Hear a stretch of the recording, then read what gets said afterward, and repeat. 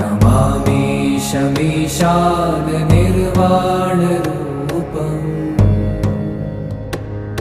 विभुं व्यापकं ब्रह्मवेदस्वरूपम्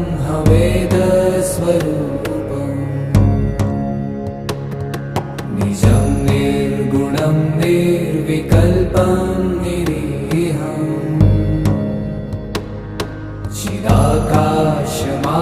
चिदाकाशमाकाशवासं भजेऽहम्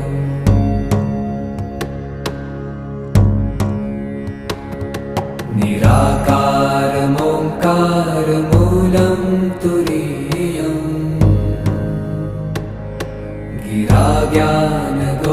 गिराज्ञानगोतीतमीशं